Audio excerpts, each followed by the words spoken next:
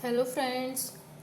आज हम जो है पीएचपी के कोर्स में नया टॉपिक पढ़ेंगे जो है फोर लूप। ओके, तो हमने जो है लूप से स्टार्ट कर दिए थे। दो लूप्स हम पढ़ चुके हैं, while loop and do while loop. Okay, और अब हमारा जो थर्ड लूप है वो है फोर लूप, जो कि बहुत ही इजी होता है। वैसे तो इजी सभी होते हैं, बस हमें कंडीशन एंड टर्म्स पता होनी चाहिए सबकी, तो इजी होते हैं। ठीक है, बस समझ में आ जाना चाहिए, तो सभी इजी होते हैं, ऐसी बात नहीं है। ओके, तो चलिए अब हम इसको जो है स्टार्ट करते हैं। Okay,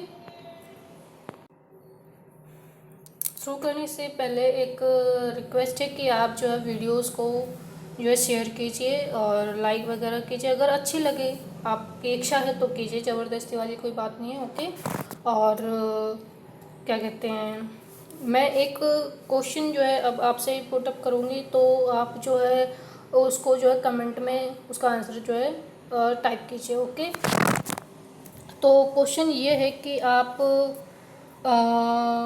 eco and print statement में डिफरेंस बताइए। ओके, तो इसे आप कमेंट में लिख कर बताएंगे। ओके, ठीक है, तो यही आपका एक टास्क है। ओके, चलिए अब हम जो है स्टार्ट करते हैं लूप को। ओके, जो कि हमारा है कौन सा, the for loop is used when you know in advance how many times the script should run। ठीक है, मतलब कितने टाइम्स हमारा जो कोड है, ये जो स्टेटमेंट है, मतलब हमें इस स्टेटमेंट को कितनी बार रिपीट करना है, ये हमें एडवांस में पता होता है, पहले से ही पता होता है। ठीक है, मतलब इसका इनिशियल एंड पॉइंट हमें पता होता है। ठीक है, इन ईजी वे। ओके,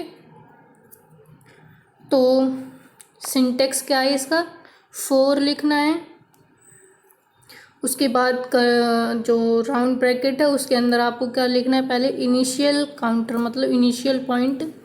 ठीक है, ये इनिशियल काउंटर मतलब इनिशियल पॉइंट। फिर टेस्ट कंडीशन, ये टेस्ट काउंटर मतलब यहाँ पे कंडीशन लिखनी है आपको। ठीक है, फिर इंक्रीमेंट काउंटर मतलब हमें उसको इंक्रीमेंट करना है काउंटर को। ठीक है, कि एक के बाद दो के बाद तीन बार, चार बार, पांच बार, कितनी बार रिपीट करना है, वो जो है यहाँ पे काउंटर इंक्रीमेंट होगा। डिक्रीमेंट भी होगा, दोनों हो सकते हैं। ये नहीं कि अगर यहाँ पे इंक्रीमेंट है तो सिर्फ इंक्रीमेंट हो सकता है, डिक्रीमेंट भी हो सकता है। ओके, ठीक है, और ये जो कोड है जो हमें अगर कंडीशन ट्रू होगी तो इसे एग्जीक्यूट कर देगा। ओके, ये जो पैरामीटर है जो ऊपर, ये जो स्क्वायर ब्रैकेट में, सॉरी इसमें राउंड ब्रैकेट में ये जो लिखे ना, initial counter, test counter, increment counter, ये जो पैरामीटर्स होते हैं इनके। ठीक है, तो ये देखिए, ये है इनिशियल काउंटर मतलब initialize the loop counter value. ठीक है, मतलब कि हमें जहाँ से स्टार्ट करनी होती है, मतलब इनिशियलाइज करते हैं जिस पॉइंट से, वो यहाँ पे लिखते हैं हम। ओके, फिर है टेस्ट काउंटर। टेस्ट काउंटर मतलब हमें कहाँ तक कंडीशन, यानी कि कहाँ तक उस लूप को जो है रिपीट करवाना है, तो वो कंडीशन की इतने ग्रेटर देन रहे या इससे लेस देन रहे या इसके इक्वल देन रहे या कुछ रहे, तो वो कंडीशन हम यहाँ पे लिखते हैं। ठीक है, ये कंडीशन ही है एक तरह से। ओके,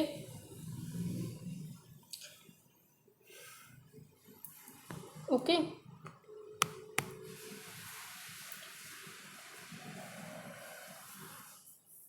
फिर ये क्या कह रहा है इसमें टेस्ट काउंटर में कि if it evaluate to true the loop continues. अगर जब तक कंडीशन ट्रू रहती है तो वो जो है कंटिन्यू रहता है लूप, वो आगे बढ़ता जाता है, और अगर फॉल्स हो जाता है तो वहीं पे एंड हो जाता है। ठीक है, यही होता है, हर लूप में होता है। ओके, फिर है इंक्रीमेंट काउंटर। इंक्रीमेंट काउंटर मतलब जो इंक्री करता है, वन रिपीट के बाद दूसरी बार रिपीट करने के लिए जो भी कंडीशन है उसको इंक्रीमेंट कर देता है, वो इंक्रीमेंट करता रहता है ये। ठीक है, तो जैसे यहाँ पे एक छोटा सा एग्जांपल ले लीजिए कि ये जो आई है ये है हमारा काउंटर। ठीक है, जो मतलब रेगुलेट करेगा इस लूप को। ठीक है, तो इसमें जो है हमने जीरो से इसको इनिशियलाइज कर दिया। ठीक है, फिर सेमी कॉलन लगाते हैं यहाँ पे, देखिए जो इनिशियल काउंटर है वो लिखा, फिर सेमी कॉलन से इसको टर्मिनेट करेंगे।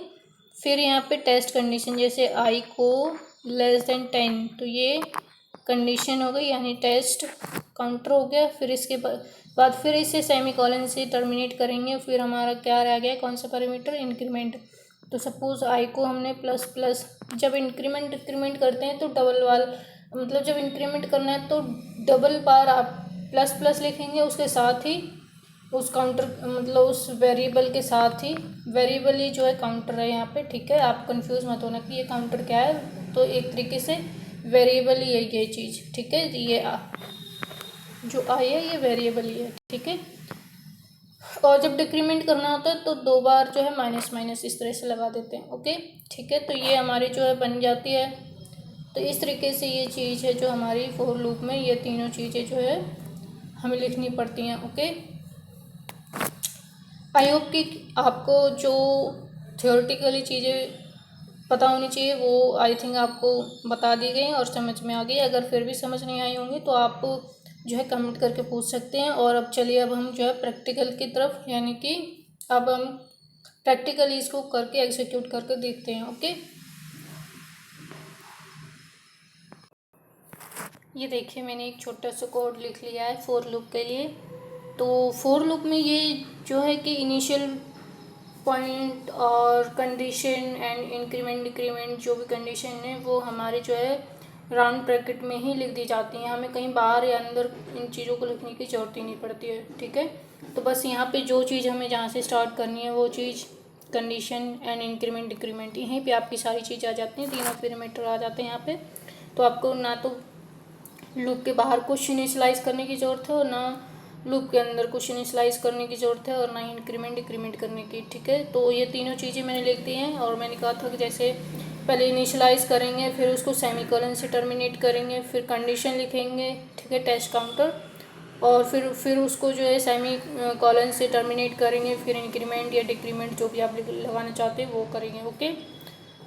तो देखिए, मैं इंक्रीमेंट और डिक्रीमेंट दोनों करके दिखा देती हूँ। ये देखिए इंक्रीमेंट का है और यहाँ पे देखिए मैंने इको में जो है $x कर रखा है, ओके। तो एक बार इसका रिजल्ट देख लेते हैं, फिर डिक्रीमेंट वाला देख लेंगे, ओके। तो ये देखिए, ये यहाँ पे 0 से लेकर 9 तक जो है हमारी चीज़ें जो है यहाँ पे प्रिंट हो गई हैं। और ये इंक्रीमेंट वाली, ठीक है, डिक्रीमेंट, हाँ इंक्रीमेंट हो रहा है ये, ठीक है। 0 से 9 तक जो है इंक्रीमेंट हो रहा है। अब डिक्रीमेंट वाला करते हैं, ओके। तो ये देखिए, अब मैंने जो है डिक्रीमेंट वाला कर दिया और इसकी कंडीशन थोड़ी इसके अपोजिट हो जाएंगी, ठीक है। जो इनिशियल पॉइंट है वो हमें जो ऊपर से मतलब बड़ा डिजिट लेना पड़ेगा, तो यहाँ 10 ले लिया मैंने। और ये कंडीशन में मतलब 1 से ग्रेटर होना चाहिए, तो जितने भी 1 से बड़े होंगे वो चीज़ें प्रिंट हो जाएंगी, वो नंबर प्रिंट हो जाएंगे। और यहाँ पे डिक्रीमेंट मतलब 10 से छोटे छोटे छोटे करते हुए आ जाएंगे 1 से ग्रेटर देन तक, ठीक है। तो चलिए प्रिंट करते हैं, देखते हैं क्या आउटपुट आता है। ये देखिए 10 से 2 तक आ गया, क्योंकि हमने यहाँ पे कंडीशन में क्या कर रखा है कि 1 से ग्रेटर होना चाहिए। अगर मैं 1 की जगह 0 लिख दूँगी तो 1 भी प्रिंट हो जाएगा, ठीक है। और यहाँ पे देखिए मैंने प्लस की जगह माइनस माइनस डिक्रीमेंट कर रखा है, तो वहाँ से डिक्रीज हो रही है हमारे नंबर, ठीक है। तो आई होप कि ये लूप बहुत ही ईजी होता है वैसे भी, और ठीक है। तो आई होप कि आपको फॉर लूप अच्छे से समझ आ गया होगा। तो बस आपसे यही रिक्वेस्ट है, अगर आपको वीडियोज़ अच्छी लगती है तो इन्हें जो सीखना चाहते हैं, न्यू कमर्स है, न्यू लर्नर्स है, जो भी है, या कोई और भी सीखना चाहते हैं, जो भी सीखना चाहते हैं, एवरीवन जो एनीवेयर, तो वहाँ तक आप इस वीडियो को जो है शेयर कीजिए, उन तक इन वीडियोज़ को पहुँचाइए, ठीक है। और चैनल को सब्सक्राइब कीजिए, ओके।